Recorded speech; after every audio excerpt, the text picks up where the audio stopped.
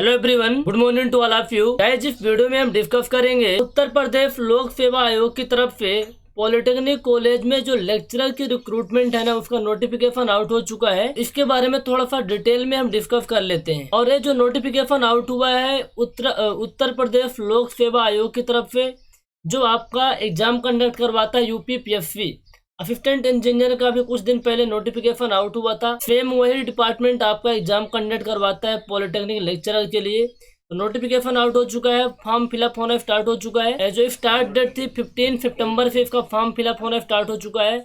और इसका last date है ना 15/10/2021, यानी 15 अक्टूबर 2021 तक आप इसका फॉर्म को अप्लाई कर सकते हैं। अच्छा, फॉर्म अप्लाई करने के लिए जो फीस है ना, जनरल कैटेगरी और इकोनॉमिकल वीकर सेक्शन के लिए 225 रुपीज है, एफसी और एफटी के लिए 105 रुपए है, हैंडीकैप्ड के लिए 25 रुपए और ईएक्स सर्विस मैन के लिए 105 रुपए। टोटल वैकेंसी की बात करें तो इस वीडियो में सिविल इंजीनियरिंग की वैकेंसी की हम बात करेंगे। यदि आप अदर ब्रांच में है तो प्लीज आप लोग क्या करिए, यूपीपीएससी के वेबसाइट पे जाइए और सिलेबस नोटिफिकेशन को डाउनलोड कर लीजिए, वहाँ सारी चीजें डिटेल में आपको मिल जाएंगी। या फिर इस वीडियो को डिस्क्रिप्शन में भी हम आपको लिंक दे देंगे जहाँ पे आप डाउनलोड कर सकते हैं। नंबर ऑफ वैकेंसीज की बात करें तो 125 वैकेंसी है लेक्चरर सिविल इंजीनियरिंग के लिए, ठीक है। इसमें जनरल कैटेगरी के लिए 43 है, एफसी के लिए 29 है, एफटी के लिए 3 है, ओबीसी के लिए 36 है और इकोनॉमिकल वीकर सेक्शन के लिए 14 सीट है। तो टोटल 125 सीट है, अच्छी सीट है। अच्छा, इस फॉर्म को कौन अप्लाई कर सकता है? इसके लिए आपकी बी या फिर बीटेक कंप्लीट होना चाहिए फर्स्ट क्लास में, यानी आपके फर्स्ट क्लास में आपकी डिग्री कंप्लीट होनी चाहिए। आप इस फॉर्म को अप्लाई कर सकते हैं।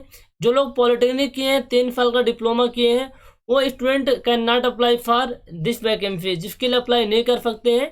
बी और बीटेक जिन्हें कंप्लीट है वो अप्लाई कर सकते हैं। यदि हम बात करें भैया एग्जाम पैटर्न क्या रहने वाला, किस तरीके से आपका एग्जाम पैटर्न होगा, एक इम्पोर्टेंट बात बता रहे हैं कि आप फॉर्म को भरने से पहले नोटिफिकेशन को अच्छे से पढ़ लेना। और उसमें साफ साफ लिखा हुआ कि जो भी आप डॉक्यूमेंट उसमें अटैच करोगे स्कैन करके, वो सेल्फ अटेस्टेड होने चाहिए, सेल्फ अटेस्टेड होने चाहिए, ध्यान रख लेना। एग्जाम पैटर्न की बात करें तो इसमें 3 पेपर होने वाले हैं। पहले पेपर 1 होगा, पेपर 2 होगा और इसके अलावा इसमें इंटरव्यू होगा। पेपर 1 जो होगा आपका 2.5 घंटे का होगा, जिसमें 2 पार्ट होंगे। एक होगा आपका नॉन टेक्निकल, जिसमें हिंदी रहेगा। हिंदी के 25 क्वेश्चन आएंगे, एक क्वेश्चन 3 नंबर का होगा तो 75 नंबर, ठीक है। सिविल इंजीनियरिंग में 100 क्वेश्चन आएंगे, एक क्वेश्चन 3 नंबर का होगा तो 300 नंबर का। ये पेपर 1 का हुआ, तो टोटल कितने होगा 375। तो जो पेपर 1 होगा उसमें नॉन टेक्निकल में हिंदी आएगा, टेक्निकल में सिविल इंजीनियरिंग आएगा। 375 नंबर का आपका पेपर होगा, 2.5 घंटे का पेपर होगा, ठीक है। यदि हम पेपर 2 की बात करें, पेपर 2 में क्या होगा कि जो पहला नॉन टेक्निकल पेपर, उसमें जनरल स्टडीज के यानी जनरल नॉलेज के 25 क्वेश्चन आएंगे, एक क्वेश्चन 3 नंबर का होगा तो 75 नंबर का। सिविल इंजीनियरिंग से 100 क्वेश्चन आएंगे और एक क्वेश्चन 3 नंबर का तो 300 का। तो ये भी पेपर आपका 2.5 घंटे का होगा, 375 नंबर का। यदि आप पेपर 1 क्वालिफाई करते हैं, पेपर 2 क्वालिफाई करते हैं, तो आप इंटरव्यू के लिए एलिजिबल हो जाते हैं। और इंटरव्यू जो है ना आपका 100 मार्क्स का होगा। तो टोटल जो आपका कंप्लीट जो पेपर होगा, कंप्लीट जो मार्क्स रहेगा टोटल, वो 850 रहेगा। 850 नंबर का आपका पेपर होगा, पेपर 1, पेपर 2 एंड इंटरव्यू को मिला करके, ठीक है।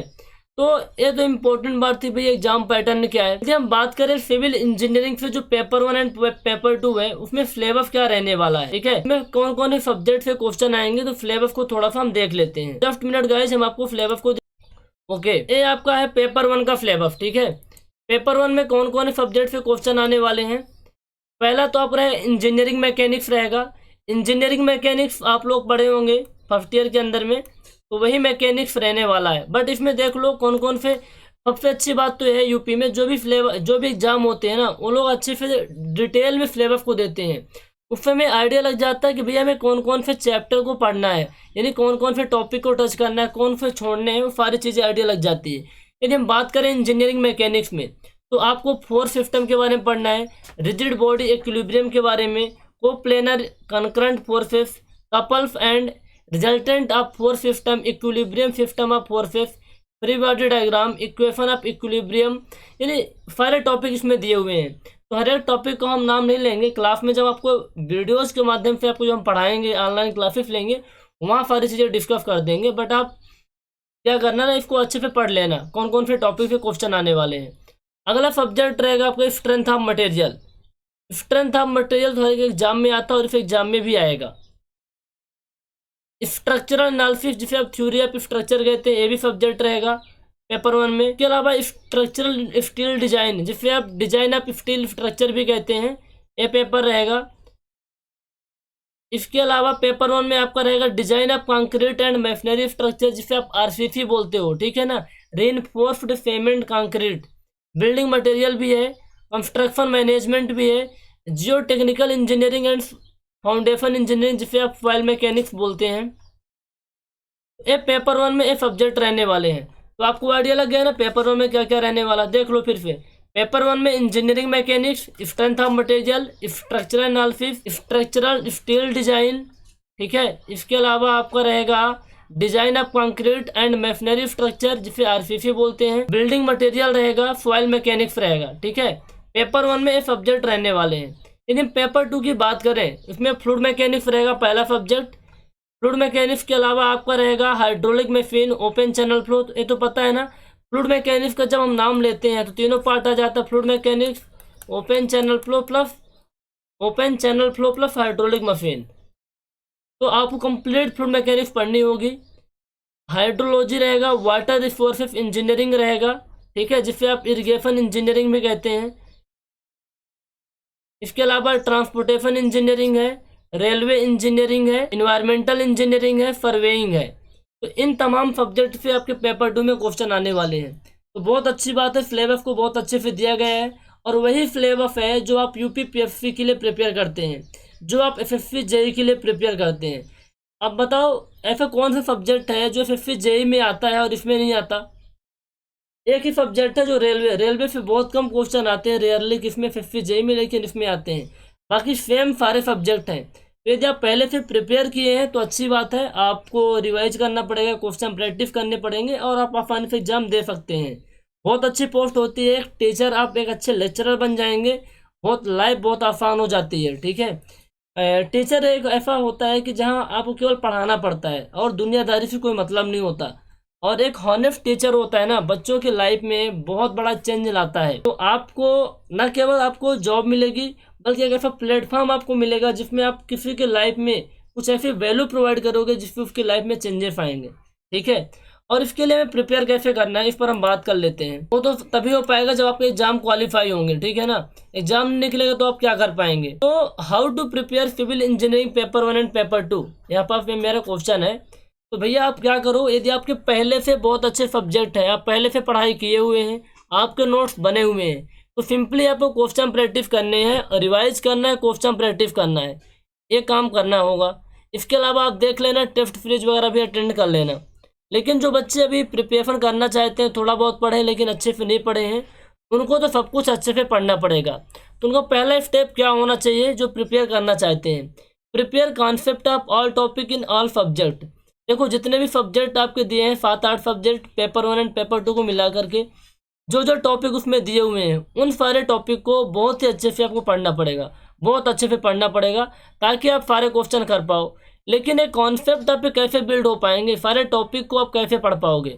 आपके पास 2 माध्यम है, आप किसी कोचिंग की हेल्प ले लो, ठीक है, या फिर आप टेक्स्ट बुक से पढ़ो। देखो टेक्स्ट बुक से पढ़ना अच्छी बात होती है, बहुत सारा नॉलेज आपको मिलता है, पर टाइम लगता है यार, टाइम टेकिंग। ये आप बीटेक में कर सकते थे, लेकिन अब करोगे तो थोड़ा सा नुकसान होगा आपका, क्योंकि टाइम बहुत कम है। 4-5 महीने के अंदर, 3-4 महीने के अंदर आपका एग्जाम हो जाएगा। और इस ड्यूरेशन में आप बुक से कितना पढ़ लोगे, बहुत प्रॉब्लम आएगी। पहले पढ़े हुए बुक से तो अच्छी बात है, आप बुक उठाओगे, एक कॉन्सेप्ट को पढ़ोगे, क्वेश्चन लगाओगे, अच्छी बात है। लेकिन पहले भी जब बुक से नहीं पढ़े कॉलेज टाइम में भी, तो थोड़ा सा मुश्किल होगा। उसके लिए आप किसी कोचिंग की हेल्प ले सकते हैं, जो आपको ढंग की कोचिंग लगे, ठीक है। आपने कॉन्सेप्ट बहुत अच्छे से क्लियर कर लिए, आपके नोट्स बहुत अच्छे से रेडी हैं, तो नोट्स को पढ़िए। उन नोट्स को पढ़ करके यूपी पॉलिटेक्निक लेक्चरर, इसके पहले भी एग्जाम हुए होंगे, तो उनके क्वेश्चन लगाना है, जिससे आपको आइडिया लग जाएगा किस टाइप के क्वेश्चन इस पर्टिकुलर एग्जाम में पूछे जाते हैं। इसके अलावा क्या करिए, यूपीपीएससी एई के क्वेश्चन लगाइए। यूपीपीएससी एई के बहुत सारे क्वेश्चन आपको मिल जाएंगे। नहीं मिल पाते हैं तो परेशान नहीं होना, यूथ कंपटीशन टाइम की एक बुक आती है, उसको आप ले लीजिए, उसमें बहुत सारे question chapter wise and topic wise दिए हैं, वहाँ से आप करिए। तो यूपीपीएससी एई के क्वेश्चन लगाने हैं। इसके अलावा डिफरेंट स्टेट के पॉलिटेक्निक लेक्चरर की रिक्रूटमेंट आती होगी, उनके भी क्वेश्चन आप लगाइए। आईएएफ के objective question, engineering services exam के जो ऑब्जेक्टिव क्वेश्चन है इजी वाले, सिमिलर टू जो आप क्वेश्चन लगाए हैं यूपी पॉलिटेक्निक लेक्चरर वाले, वो ऐसे क्वेश्चन को लगाना है। बहुत बड़े बड़े क्वेश्चन में नहीं जाना है, लेकिन जो सिमिलर क्वेश्चन है यूपी पॉलिटेक्निक लेक्चरर के प्रीवियस ईयर क्वेश्चन से मैच करते हैं, वैसे क्वेश्चन लगाने हैं। और आपके पास टाइम बचता है तो डिफरेंट स्टेट के एक क्वेश्चन लगा लो, मतलब बहुत क्वेश्चन लगा लो, 20-25 हज़ार क्वेश्चन आप प्रैक्टिस करो। देखो क्वेश्चन जितना प्रैक्टिस करोगे उतने कॉन्सेप्ट पे आप बिल्ड करोगे, ठीक है। आप एक ग्राफ बना के बता रहे हैं कि आप जब कॉन्सेप्ट को पढ़ते हैं ना, तो आपके पास नॉलेज की इतनी होती है, ऐसे नॉलेज होती है, ठीक है। लेकिन जिस जिस टाइम पे जो आपका ग्राफ होगा ना, वो ग्राफ सीधे ऐसे डाउन नहीं करेगा, ऐसे ग्राफ आपका सीधे अपवर्ड जाता है। ग्राफ क्या होता है आपका, अपवर्ड जाता है। कब जाता है, जब आप कॉन्सेप्ट अच्छे से कॉन्सेप्ट आप क्लियर है, क्वेश्चन प्रैक्टिस करते हैं। कॉन्सेप्ट आप क्लियर है, क्वेश्चन जितने ज़्यादा प्रैक्टिस करेंगे तो ग्राफ सीधे अपवर्ड जाएगा। अदरवाइज आपका ग्राफ कुछ ऐसे टाइम के साथ जाएगा, ऐसे जाएगा, फ्लक्चुएट करता रह जाएगा।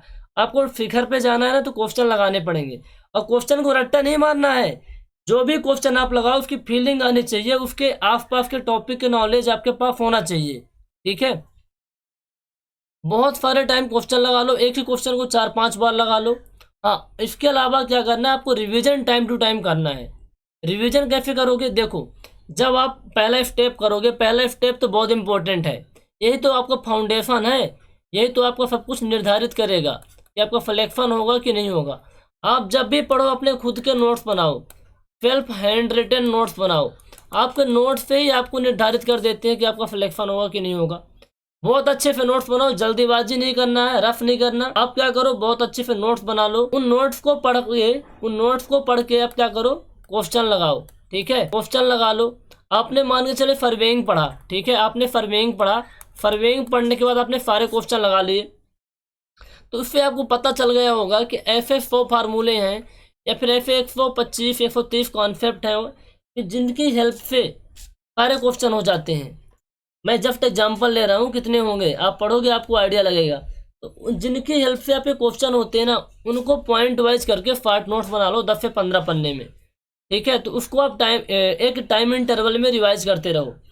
इसी दिन हम एक अलग से वीडियो बनाएंगे, उस पर हम डिस्कस कर लेंगे क्या कैसे करना है, बट थोड़ा सा इन्फॉर्मेशन आपको दे देते हैं कि ऐसे कुछ करना ही पड़ेगा, नहीं करेंगे काम नहीं हो पाएगा। तो हैंड रिटन नोट्स बनाना है, डिटेल वाला, पार्ट नोट्स भी बनाने हैं, ठीक है। पार्ट नोट्स बनाएंगे तो आपका रिवीजन अच्छे से होगा, क्वेश्चन प्रैक्टिस कर पाएंगे।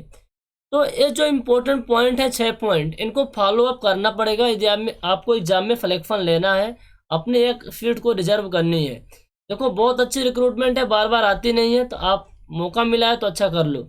यूपीपीएससी के लिए प्रिपेयर कर रहे हो तो सेम भाई सेम कुछ है ना, फॉर्म तो अप्लाई कर दो, पेपर ऑफ दे देना, पढ़ोगे उसके लिए तो सेम इसके लिए भी काम आ जाएगा। एक चीज़ समझ में आ रही है। तो अब क्या करोगे, आपके पास या तो टेक्स्ट बुक, या फिर आप क्या करो, टेक्स्ट बुक की कहने का मतलब मेरा यहाँ कि जो आपकी बुक होती है, जो इंडियन ऑथर की बुक है, टेक्स्ट बुक किसी मैं कोचिंग का नाम नहीं ले रहा हूँ यहाँ, है ना, कोई एक कंपनी भी है ना टेक्स्ट बुक, तो ऑथर वाली जो बुक है उनकी मैं बात कर रहा था। आप एक काम कर सकते हैं, या फिर ऑफलाइन तो कोचिंग बंद है इस टाइम पे, ऑनलाइन कोचिंग आप ज्वाइन कर सकते हैं, ऑनलाइन कोचिंग। अब ऑनलाइन कोचिंग के अंदर भी आपको बहुत सारा चीज़ चेक करना होगा, बहुत कुछ फ्रॉड होता है आज के टाइम पे। आप यूट्यूब पे जाओ, आप डालो UP polytechnic lecturer online video, ऐसे कुछ डालो आप टॉपिक, तो हज़ारों वीडियो आपको दिखेंगे। बट आपको सेलेक्ट करना है कि which is very helpful for me, हमारे लिए कौन सी चीज़ें बहुत हेल्पफुल रहेंगे, हमारा कौन सा ऐसा कोचिंग है जो हमारा सिलेक्शन करवाएगा, वो आपको निर्धारित करना पड़ेगा। उनके हर एक सब्जेक्ट के आप डेमो लेक्चर देखो, हर एक सब्जेक्ट के आप डेमो लेक्चर देख लो, ठीक है। इसके बाद आप प्रीवियस ईयर क्वेश्चन को लगा लो, फिर डिसाइड करो, ठीक है, फिर डिसाइड करो, और एक अफोर्डेबल प्राइस में आपको कोचिंग मिलनी चाहिए। कॉन्सेप्ट डिकोडर आप लोगों की हेल्प के लिए ऑलवेज बहुत ही अफोर्डेबल प्राइस में बहुत ही हाई क्वालिटी का कंटेंट प्रोवाइड करता है। तो आप यदि आप इंटरेस्टेड हैं तो कॉन्सेप्ट डिकोडर का एंड्रॉयड ऐप डाउनलोड कर लीजिए। एंड्रॉयड ऐप आपको गूगल प्ले स्टोर में मिल जाएगा, हम डिस्क्रिप्शन में भी लिंक दे देंगे, वहाँ से डाउनलोड कर लेना। डाउनलोड करने के बाद हर एक सब्जेक्ट के आप डेमो लेक्चर देख लो।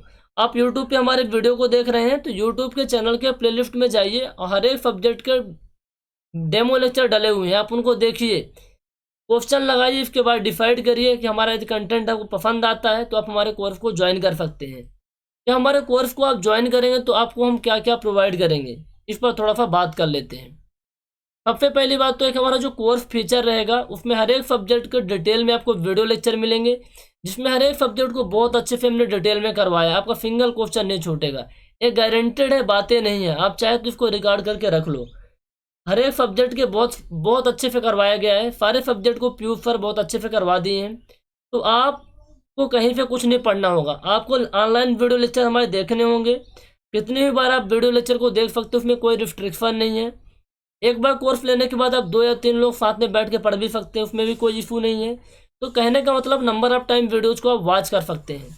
अपने नोट्स बनाएंगे, नोट्स बनाइए, क्वेश्चन लगाइए। कहीं भी डाउट आता है तो फुल डाउट सपोर्ट अवेलेबल है, फुल डाउट सपोर्ट अवेलेबल है। कहीं भी डाउट आता है तो जहाँ भी डाउट आएगा आपको स्क्रीनशॉट लेके सेंड करना है। ज़रूरत पड़ेगी तो उसके लिए हम वीडियो बना देंगे। छोटा मोटा क्वेश्चन होगा तो वहीं टाइप करके आपको हम बता देंगे। तो डाउट सपोर्ट फुल अवेलेबल है। साथ के साथ हम इंडिविजुअल जो स्टूडेंट हमसे अब तक में पढ़े होंगे, उनको वीडियो देख रहे हैं, उनको पता होगा जब भी आप कॉल करते हैं, हम कॉल को रिसीव करते हैं, आपके डाउट क्लियर करते हैं। तो इंडिविजुअल हम मेंटरशिप भी प्रोवाइड करते हैं। इसके लिए कोई एक्स्ट्रा चार्ज हम नहीं लेते। इंडिविजुअल आपको कोई डाउट आ रहा है, आप कॉल करके हमसे बात कर सकते हैं और डाउट को डिस्कस कर सकते हैं। आप हमें मैसेज करेंगे व्हाट्सएप पे, हमें एक टाइम स्लॉट देंगे, उस टाइम पे आप कॉल करेंगे तो अपने डाउट को डिस्कस कर लेंगे। ये फैसिलिटी कॉन्सेप्ट डिकोडर में अवेलेबल है।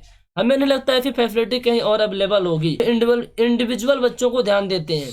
हालांकि जो बच्चे पेड कोर्स नहीं लिए हैं उनके लिए भी हमें फैसिलिटी प्रोवाइड करते हैं, बट उतना टाइम नहीं मिल पाता। जब आप कोर्स को ले लेते हैं तो आप हमारे रजिस्टर्ड स्टूडेंट हो जाते हैं और हमको उस पर काम करना पड़ता है। जो आप हमारे ऑनलाइन वीडियो कोर्स परचेज करेंगे उसकी जो वैलिडिटी रहेगी 3 साल की रहेगी। Paper 1 and paper 2 complete course आपको 3,999 रुपये में मिल जाएगा। ठीक है, 4,000 के अंदर पेपर 1 एंड पेपर 2 की डिटेल वीडियो कोर्स मिल जाएगा, और जो कि सभी एग्जाम के लिए हेल्पफुल रहेगा। आप यूपी पीएससी का एग्जाम दे रहे हैं, आप किसी स्टेट के पीएससी का एग्जाम दे रहे हैं असिस्टेंट इंजीनियर के लिए, आप किसी स्टेट के जेई का एग्जाम दे रहे हैं, एसएससी जेई का एग्जाम दे रहे हैं, आपके लिए बहुत ही हेल्पफुल रहेगा। जो स्टूडेंट इस कोर्स को परचेज करेंगे उनको एसएससी जेई वाले बैच में ऐड कर दिया जाएगा, उसके लिए कोई एक्स्ट्रा चार्ज नहीं लिया जाएगा। कोर्स की वैलिडिटी 3 साल रहेगी। इसके अलावा आपको कोई भी डाउट है मन में कोर्स के रिगार्डिंग तो 9340888429 पे आप कॉल करिए विदाउट एनी हेजिटेशन, हमसे बात करिए। हम आपके जो भी डाउट होंगे उनको क्लियर करेंगे। ठीक है, तो बने रहिए, वीडियोज को देखते रहिए, और यदि आपको वीडियो अच्छा लगा हो तो आप वीडियो को लाइक करिए। चैनल पे पहली बार विजिट किए तो चैनल को सब्सक्राइब कर लीजिए। इसलिए हम सब्सक्राइब करने के लिए बोल रहे हैं क्योंकि बहुत सारे सीरीज में वीडियोज आएंगे कि भैया how to prepare, how to manage time, how to maintain good health, बहुत सारी चीज़ें, हाउ टू डील डेली का जो टास्क होता है हमें कैसे कंप्लीट करना है, how to make plan for weekly monthly, सारी चीज़ें हम डिस्कस करेंगे इंडिविजुअल मेंटरशिप प्रोग्राम में भी। और इसके अलावा हम वीडियोज भी यूट्यूब पे डालेंगे। तो वीडियो देखने के लिए आपका बहुत बहुत धन्यवाद। Have a nice day.